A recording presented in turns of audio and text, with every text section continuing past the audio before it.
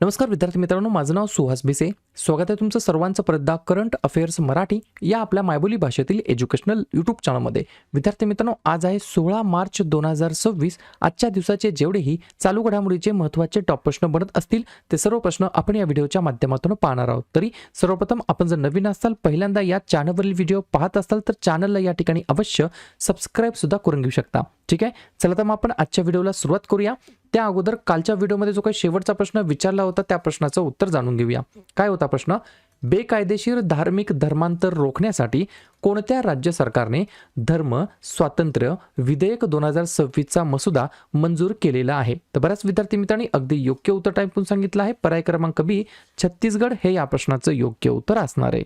तर या ठिकाणी छत्तीसगड राज्य सरकारने धर्म स्वातंत्र्य विधेयक 2026 चा जो काही मसुदा मंजूर आहे या ठिकाणी तो केलेला आहे. कशासाठी? उद्देश काय? तर जबरदस्ती, अयोग्य प्रभाव, चुकीची माहिती, प्रलोभन किंवा विवाहाद्वारे धर्मांतर प्रतिबंधित करणे हा याच्या मागचा एकमेव पर्पज आहे. ठीक आहे.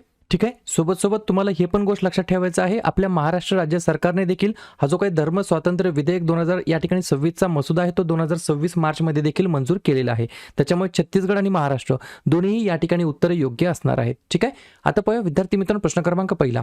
टोटल संपूर्ण व्हिडिओमध्ये 12 प्रश्न असतील. सुरुवातीपासून शेवटपर्यंत व्हिडिओ प्रामाणिकपणे पाहण्याचा प्रयत्न करा. एक एक प्रश्न महत्त्वाचा आहे, तुम्ही कोणत्याही परीक्षेची तयारी करा. प्रश्न क्रमांक पहिला काय आहे? अलीकडेच कोणते केंद्रशासित प्रदेशाला पूर्ण साक्षरतेचा दर्जा मिळालेला आहे? 100% लिटरसीचा या ठिकाणी जे काही दर्जा आहे, अप्रूव्हल आहे ते मिळालेलं आहे. प्रश्न क्रमांक पहिल्याचं योग्य उत्तर आहे पर्याय क्रमांक डी, चंदीगड या केंद्रशासित प्रदेशाला उल्हास कार्यक्रम अंतर्गत साक्षरता अभियाना अंतर्गत या केंद्रशासित प्रदेशाला पूर्ण साक्षरतेचा दर्जा या ठिकाणी मिळालेला आहे. आणि हा जो काही उल्हास कार्यक्रम या ठिकाणी सुरू करण्यात आला होता तो 2022 मध्ये सुरू करण्यात आला होता. या ठिकाणी त्याच्या मागचा उद्देश काय होता?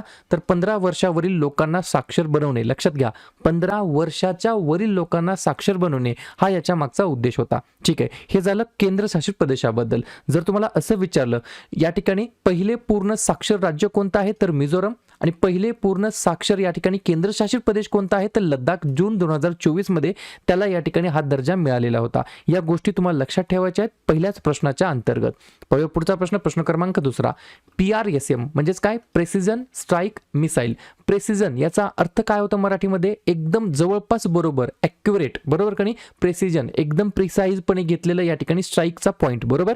तर प्रेसिजन स्ट्राईक मिसाईल या ठिकाणी कोणत्या देशाने विकसित केलेलं आहे? तर 2 नंबरच्या प्रश्नाचं योग्य उत्तर आहे पर्याय क्रमांक C, USA United States of America या देशाने या ठिकाणी प्रेसिजन स्ट्राईक मिसाईल डेव्हलप केलेली आहे. विकसक कोण आहे? लॉकहीड मार्टिन, जी की USAचं या ठिकाणी संस्था आहे. उद्देश काय आहे या मिसाईलचा? तर लांब पल्ल्याच्या अचूक प्रहार क्षमता वाढवणे, विशेषतः जुन्या होत चाललेल्या या ठिकाणी आर्मी टॅक्टिकल मिसाईल सिस्टमची जागा घेण्यासाठी लॉकहीड मार्टिनने अमेरिकेच्या आर्मीसाठी हे या ठिकाणी तयार केलेलं आहे, बरोबर. तर या ठिकाणी प्रेसिजन स्ट्राईक मिसाईल अमेरिकानं या ठिकाणी डेव्हलप केलेलं आहे, विकसित केलेलं आहे. अमेरिका वर्तमानमध्ये 47व्या क्रमांकाचे अध्यक्ष आहेत डोनाल्ड ट्रम्प. राजधानी आहे वॉशिंग्टन आणि चलन आहे डॉलर. पुढचा प्रश्न, प्रश्न क्रमांक तिसरा. जगातील पहिले स्वायत्त सागरी जहाज बांधणी आणि प्रणाली केंद्र कोणत्या राज्यामध्ये स्थापन करण्यात आलेलं आहे? 3 नंबरच्या प्रश्नाचं योग्य उत्तर आहे पर्याय क्रमांक बी, आंध्र प्रदेश या राज्याच्या अंतर्गत या ठिकाणी विद्यार्थी मित्रांनो जगातील पहिलं स्वायत्त सागरी जहाज बांधणी आणि प्रणाली केंद्र या ठिकाणी स्थापन करण्यात आलेलं आहे. आंध्र प्रदेश, ज्या राज्याची स्थापना 1 नोव्हेंबर 1953 ला झाली. मुख्यमंत्री आहेत एन चंद्राबाबू नायडू, राज्यपाल आहेत एस अब्दुल नजीर, राजधानी आहे अमरावती. 3 महत्त्वाचे राष्ट्रीय उद्यान वेंकटेश्वरा, पापीकोंडा आणि राजीव गांधी, आणि 3 महत्त्वाचे धरण सोमशिला, श्रीशैल्यम आणि नागार्जुना सागर. एक पॉइंट लिहून घ्या आंध्र प्रदेशबद्दल. सतीश धवन स्पेस सेंटर जे की श्रीहरिकोटा या ठिकाणी स्थित आहे हे देखील आंध्र प्रदेश राज्याच्या अंतर्गत येतं. पुढचा प्रश्न, प्रश्न क्रमांक 4. दरवर्षी नॅशनल वॅक्सिनेशन डे म्हणजेच राष्ट्रीय लसीकरण दिवस केव्हा साजरा करण्यात येत असतो? 4थ्या नंबरच्या प्रश्नाचं योग्य उत्तर आहे पर्याय क्रमांक ए, आजच्या दिवशी म्हणजेच 16 मार्चला दरवर्षी आपण या ठिकाणी राष्ट्रीय लसीकरण दिवस म्हणून साजरा करतो. हा दिवस साजरा करण्याचा मागचा उद्देश तर प्रतिबंधात्मक रोगांपासून बचाव करण्यासाठी लसीकरणाची गरज अधोरेखित करणे आणि लहान मुलांचे जीव घेण्या आजारांपासून संरक्षण करणे या उद्देशाने या ठिकाणी आपण दरवर्षी राष्ट्रीय लसीकरण दिवस नॅशनल वॅक्सिनेशन डे 16 मार्च रोजी साजरा करतो. 2026 ची या दिवसाची थीम आहे, लिहून घ्या, immunisation for all is humanly possible. अशा प्रकारची थीम आहे फॉर द इयर ऑफ 2026. ठीक आहे. प्रश्न आहे महत्त्वाच्या दिवसाबद्दल. लगेच काय करूया, मार्च महिन्यातील जेवढेही महत्त्वाचे दिवस असतील त्याच्यावरती आपण एकदा रिव्हिजन टाकूया. लिहून घ्या, 1 मार्च शून्य भेदभाव दिवस आणि जागतिक नागरी संरक्षण दिवस. 3 मार्च जागतिक वन्यजीव दिवस आणि जागतिक श्रवण दिवस. 4 मार्च राष्ट्रीय सुरक्षा दिवस, कर्मचारी प्रशंसा दिवस आणि रामकृष्ण जयंती. 8 मार्च आंतरराष्ट्रीय महिला दिवस. 10 मार्च CISF स्थापना दिवस. मार्च महिन्यातील दुसऱ्या बुधवारी म्हणजे यावर्षी 11 मार्चला नो स्मोकिंग दिवस आहे. मार्च महिन्यातील दुसऱ्या गुरुवारी म्हणजे यावर्षी 12 मार्चला या ठिकाणी जागतिक किडनी दिवस आहे. 15 मार्च जागतिक ग्राहक हक्क दिवस. 16 मार्च राष्ट्रीय लसीकरण दिवस. 18 मार्च आयुध निर्माण दिवस भारतामध्ये आणि जागतिक झोपेचा दिवस. 20 मार्च जागतिक चिमणी दिवस आणि आनंदाचा आंतरराष्ट्रीय दिवस. 21 मार्च जागतिक वनीकरण दिवस आणि जागतिक कविता दिवस. 22 मार्च जागतिक जल दिवस. 23 मार्च जागतिक हवामान दिवस. 24 मार्च जागतिक क्षयरोग दिवस आणि 27 मार्च जागतिक रंगभूमी दिवस. क्लिअर? पाहूया पुढचा प्रश्न. प्रश्न क्रमांक 5. भारताचा 94व्या क्रमांकाचा बुद्धिबळ ग्रँडमास्टर कोण बनलेला आहे? 5व्या नंबरच्या प्रश्नाचं योग्य उत्तर आहे पर्याय क्रमांक या ठिकाणी डी, मयंक चक्रवर्ती असं त्यांचं नाव आहे. काय नाव आहे? मयंक चक्रवर्ती असं त्यांचं नाव आहे. आसाम गुवाहाटी या ठिकाणचा आहे. 17 वर्षाचा या ठिकाणी हा ग्रँडमास्टर बनलेला आहे. या ठिकाणी विशेष बाब काय आहे तर ईशान्य भारतातून किंवा आसाममधून हा पहिला ग्रँडमास्टर ठरण्याचा मान या ठिकाणी या खेळाडूला मिळालेला आहे. मयंक चक्रवर्ती असं त्यांचं नाव आहे. लक्षात घ्या, पर्याय क्रमांक डी, मयंक चक्रवर्ती हे या ठिकाणी 94 क्रमांकाचे बुद्धिबळ ग्रँडमास्टर बनलेले आहेत. त्याच्या अगोदर पर्याय क्रमांक सी, आरव डेंगला हे या ठिकाणी 93 क्रमांकाचे बुद्धिबळ ग्रँडमास्टर.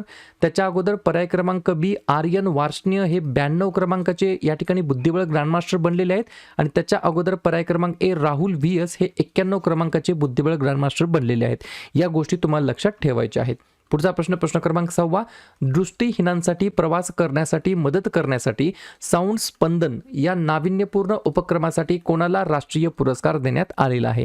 तर KSRTC म्हणजेच पर्याय क्रमांक सी, कर्नाटक राज्य रस्ते वाहतूक महामंडळ. बरोबर, तर कर्नाटक राज्य रस्ते वाहतूक महामंडळ ज्याला आपण बोलतो KSRTC, याला या ठिकाणी विद्यार्थी मित्रांनो ध्वनी स्पंदन ॲक्सेसिबिलिटी इनिशिएटिव्ह साऊंड स्पंदन या नाविन्यपूर्ण उपक्रमासाठी राष्ट्रीय पुरस्कार देण्यात आलेला आहे. याच्यामध्ये या ठिकाणी काय कोणाला मदत होणार आहे तर दृष्टीहीनांसाठी ट्रॅव्हल करण्यासाठी मदत करण्यासाठी हे इनिशिएटिव्ह सुरू करण्यात आलेलं आहे आणि त्याच्यामुळे राष्ट्रीय पुरस्कार देण्यात आलेला आहे कर्नाटक राज्य रस्ते वाहतूक महामंडळाला.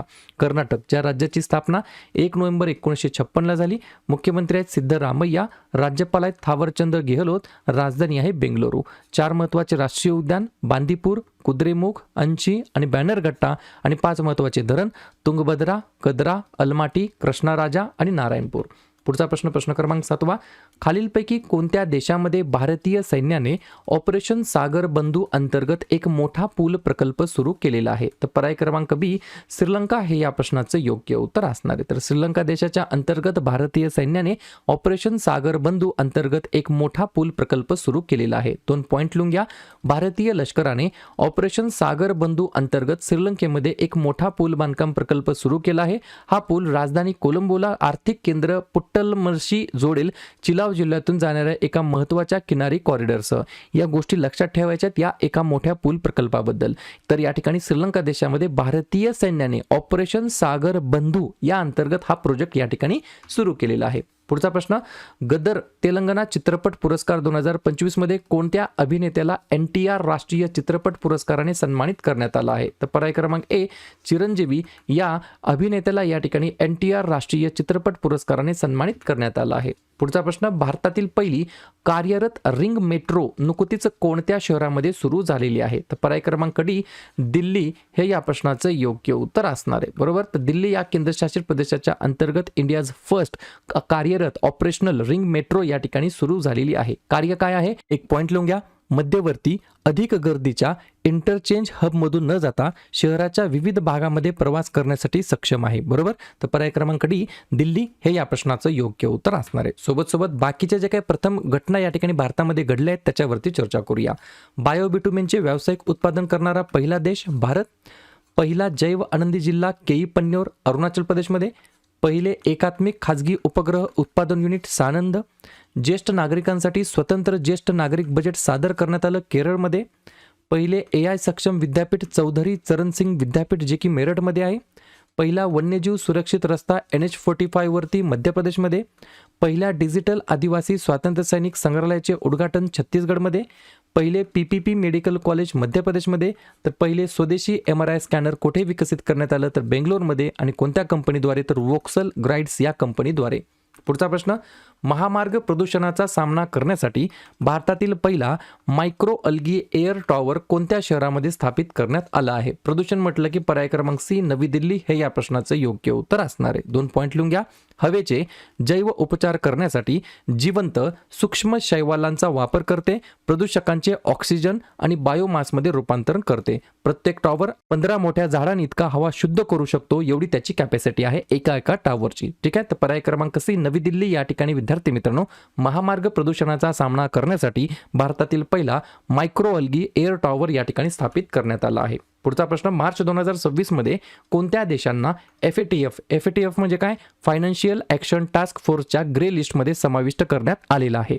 तर 11 नंबरच्या प्रश्नाचं योग्य उत्तर आहे पर्याय क्रमांक बी पापुआ न्यू गिनी हे या प्रश्नाचं योग्य उत्तर असणार आहे. आणि या समावेशासह FATF ग्रे लिस्टमधील देशांची एकूण संख्या आता 22 झालेली आहे. FATF याची स्थापना 1979 मध्ये 1989 मध्ये. मुख्यालय आहे पॅरिस फ्रान्स या ठिकाणी. सदस्यत्व आहे 40 देशांकडे. आणि वर्तमानमध्ये अध्यक्षपद आहे मेक्सिकोकडे. वर्तमानमध्ये आहेत अध्यक्ष एलिसा डी अंडा मद्राजो. शेवटचा प्रश्न, भारतीय नौदलाच्या INS त्रिकंद युद्ध नौकेने कोणत्या देशाच्या राष्ट्रीय दिनाच्या समारंभामध्ये भाग घेतला होता? 12 नंबरच्या प्रश्नाचं योग्य उत्तर आहे पर्याय क्रमांक सी मॉरिशस हे या प्रश्नाचं योग्य उत्तर असणार आहे. मॉरिशस देशाचा 58व्या क्रमांकाचा नॅशनल डे होता, राष्ट्रीय दिवस होता 12 मार्च 2026 ला. आणि या ठिकाणी त्रिकंद INS त्रिकंद युद्ध नौकेने या देशाच्या राष्ट्रीय दिनाच्या समारंभामध्ये भाग घेतला होता. का घेतला? उद्देश काय? तर भारत आणि मॉरिशस यांच्यातील द्विपक्षीय संबंध आणि सागरी सहकार्य मजबूत करणे या उद्देशाने या ठिकाणी समावेश घेण्यात आला होता या ठिकाणी. क्लिअर? तर अशा प्रकारे विद्यार्थी मित्रांनो हे होतात 12 प्रश्न. उपक्रम कंटेंट हा जो काही प्रयत्न आपण सुरू केलाय मराठी भाषेमध्ये कसा वाटतो अवश्य कमेंट करत चला.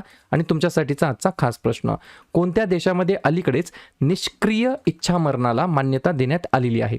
रशिया, भारत, युक्रेन की बांगलादेश? तर ज्या पण विद्यार्थ्यांनी या प्रश्नाचं योग्य उत्तर येत असेल त्या प्रश्नाचं उत्तर तुम्ही कमेंट बॉक्समध्ये देण्याचा प्रयत्न करा. प्रश्नाचं उत्तर चुकू द्या, बरोबर येऊ द्या, काहीच हरकत नाही.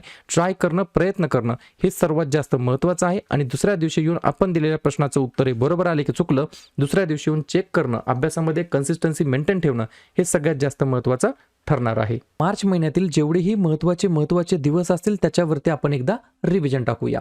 लिहून घ्या. 1 मार्च शून्य भेदभाव दिवस आणि जागतिक नागरी संरक्षण दिवस.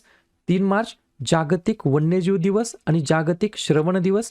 4 मार्च राष्ट्रीय सुरक्षा दिवस, कर्मचारी प्रशंसा दिवस आणि रामकृष्ण जयंती. 8 मार्च आंतरराष्ट्रीय महिला दिवस. 10 मार्च CISF स्थापना दिवस. मार्च महिन्यातील दुसऱ्या बुधवारी म्हणजे यावर्षी 11 मार्चला नो स्मोकिंग दिवस आहे. मार्च महिन्यातील दुसऱ्या गुरुवारी म्हणजे यावर्षी 12 मार्चला या ठिकाणी जागतिक किडनी दिवस आहे. 15 मार्च जागतिक ग्राहक हक्क दिवस. 16 मार्च राष्ट्रीय लसीकरण दिवस. 18 मार्च आयुध निर्माण दिवस भारतामध्ये आणि जागतिक झोपेचा दिवस. 20 मार्च जागतिक चिमणी दिवस आणि आनंदाचा आंतरराष्ट्रीय दिवस. 21 मार्च जागतिक वनीकरण दिवस आणि जागतिक कविता दिवस. 22 मार्च जागतिक जल दिवस. 23 मार्च जागतिक हवामान दिवस. 24 मार्च जागतिक क्षयरोग दिवस आणि 27 मार्च जागतिक रंगभूमी दिवस. क्लिअर?